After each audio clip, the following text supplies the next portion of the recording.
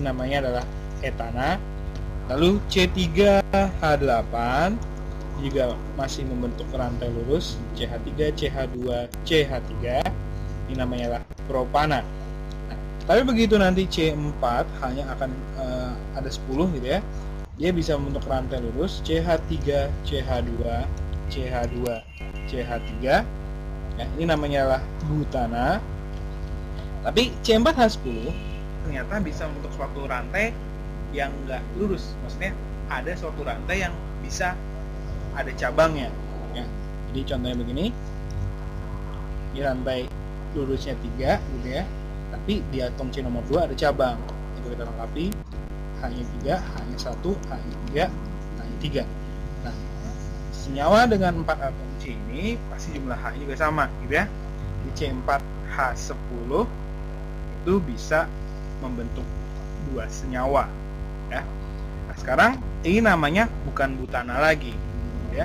Jadi kalau misalkan C5H12 bisa membentuk rantai lurus,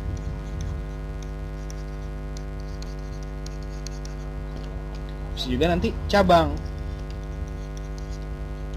ya, dilengkapi CH3, CH2, CH, CH3, CH3 ya. Kan bisa juga nanti seperti ini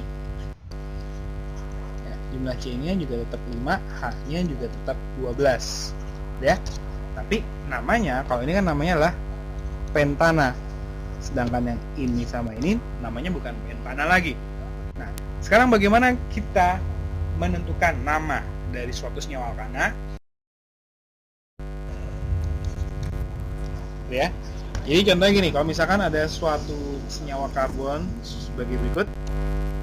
Nah, kita tentukan rantai utama dari senyawa tersebut. Nah, rantai utama tadi kan adalah rantai terpanjang. Nah, kalau kita perhatikan, rantai yang terpanjang itu yang mana? Perhatikan yang ini ya.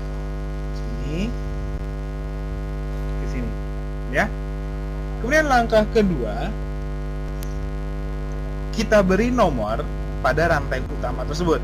Nah, biasanya penomoran itu ditentukan dari ujung, di mana ujung tersebut mengikat cabang tapi yang terdekat. Jadi nomor satunya itu ditentukan dari cabang yang terdekat. Nah, kalau kita perhatikan dari senyawa ini, ya, kalau dari kiri kita menemukan cabangnya itu nomor 2, gitu ya, ini nomor 1, nomor 2. Tapi kalau dari kanan kita menemukan cabangnya dari 1, 2, 3, 4. Nah, berarti kita kan tadi menomorkannya harus dari cabang yang terdekat. Jadi harus dari kiri ya. Berarti atomnya nomor 1, nomor 2, nomor 3, nomor 4, nomor 5, nomor 6. Ya. Kemudian langkah yang ketiga, kan tadi setelah kita nomorin ternyata ada atom C yang setelah kita nomorin dia mengikat cabang. Lihat. Ternyata atom C nomor 2 dan nomor 3 itu ada cabang. Nah, kalau kita perhatikan cabangnya itu CH3, satu lagi CH2, CH3 atau ini kan berarti kan C2H5 gitu ya. Nah, biasanya cabangnya itu berupa alkil. Nah, makanya langkah ketiga itu adalah penyebutan alkil atau cabangnya. Nah, tadi masih kayak biasanya alkil itu nanti ada CH3, nah, ini namanya kan metil. Kemudian lalu kalau misalkan CH2, CH3, selain itu dia bisa bentuknya seperti ini ya, CH lalu CH3 CH3. Ini jumlah C-nya juga tetap 3, tapi namanya bukan propil lagi, ini namanya lah isopropil ya. Di penyebutan alkil. Nah, dalam penyebutannya nanti siapa yang didahulukan, nanti penyebutannya itu berdasarkan abjad.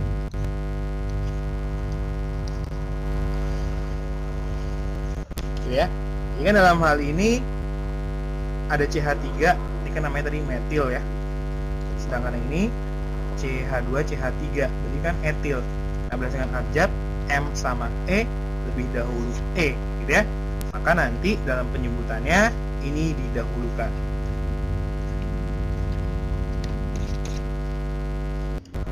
Nah, makanya kalau kita beri nama dari senyawa ini, jadi kan rantai utamanya ada 1, 2, 3, 4, 5, 6 ya.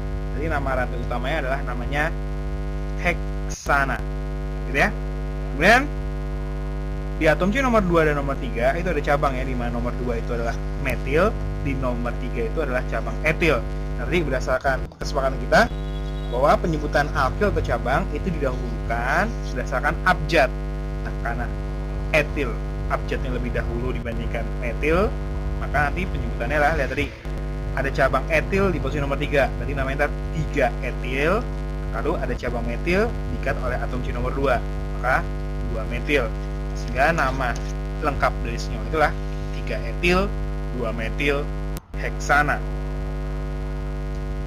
Kemudian bagaimana dengan nama dari senyawa ini? Ya.